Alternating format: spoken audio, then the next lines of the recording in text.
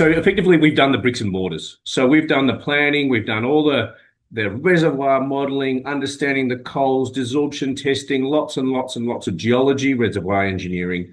We've done the support network. Now this one main well should get us into commercial production for the single well.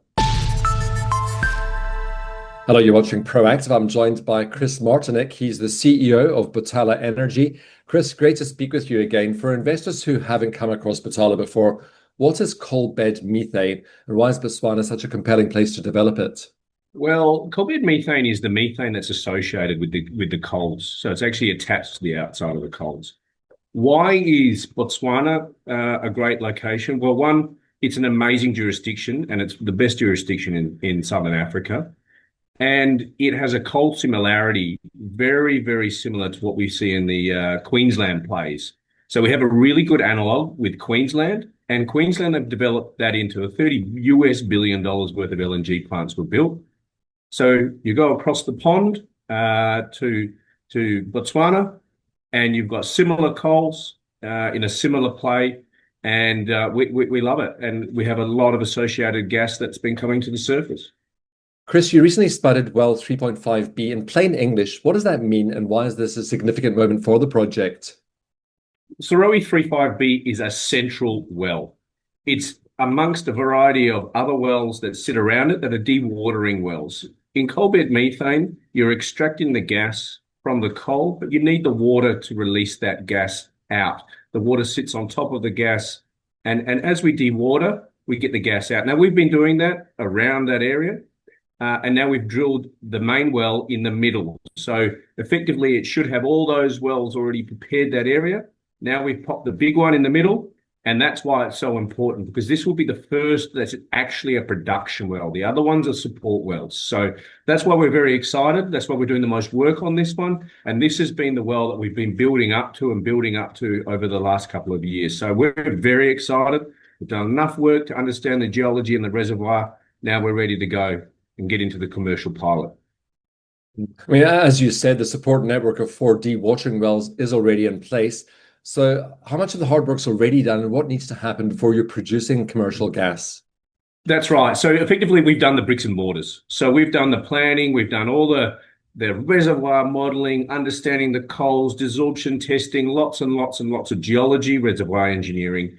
We've done the support network. Now this one main well should get us into commercial production for the single well. We'll then, upon success, replicate that with a few more, and then Bob's your uncle. We should be into early stage commercial production by that point on a very small scale, but it gives us all the indications to go into much larger production where we already have a gas offtake agreement sitting and waiting, looking forward to us producing gas. Kris, Southern Africa is facing a real energy shortfall. How big is the opportunity for Botala if the Serowe project delivers on its potential? The Southern African market is massive. It consumes somewhere in the range of 160 to 200 petajoules of gas per year.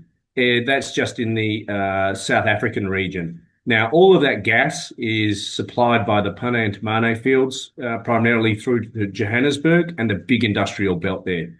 That entire region falls off the gas cliff, as they talk. So those two fields stop producing, and that market is looking for gas. And not only are we just talking about gas for power generation, we're talking thermal use. So it produces ceramics, it produces glass, it produces bricks. These users are desperate for a solution that allows them to plan their businesses beyond 2 years.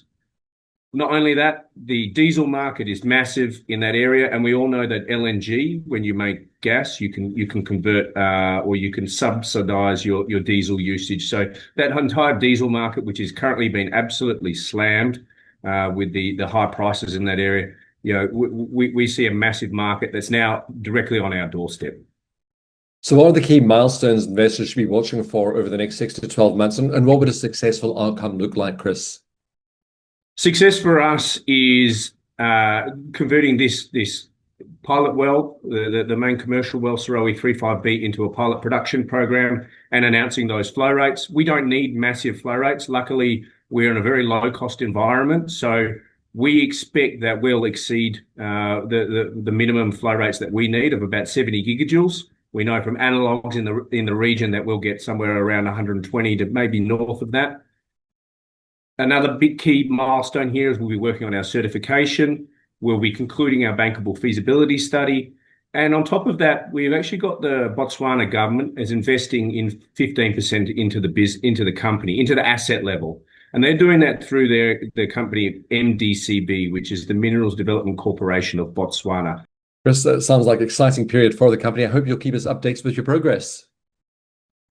Will do. That's Kris Martinick, the CEO of Botala Energy.